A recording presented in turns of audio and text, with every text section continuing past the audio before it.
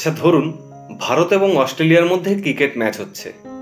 প্রথমে Australia bat করতে নেমে ভারতকে একটা বড় রানের টার্গেট দিল এবং তারপর ভারত ব্যাট করতে নেমে প্রথম ওভারেই দুটো উইকেট খুইয়ে বসলো।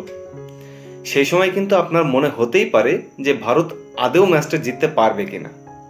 কিন্তু যদি এমনটা হয় যে কোনো একটা বিশেষ কারণবশত আপনি সেদিন ম্যাচটা দেখতে পারেননি, ঠিক তার পরের দিন আপনি ম্যাচের রিভিউ দেখতে বসেছেন যেই ম্যাচটা কিনা ভারত জিতে গিয়েছিল, তাহলে আপনি যখন রিভিউ দেখতে বসেছেন তখন পরপর দুটো কেন পরপর 3টে উইকেট হারালেও আপনি কিন্তু জানছেন যে ম্যাচটা ভারতই জিতবে। এখন যে কটা উইকেটই পড়ুক না কেন এই ম্যাচটা ভারত জিতে গেছে। জীবনটাকেও ঠিক ওই ক্রিকেট ম্যাচটার মতো করেই নিতে হবে। Everything is প্রিডেস্টাইন্ড।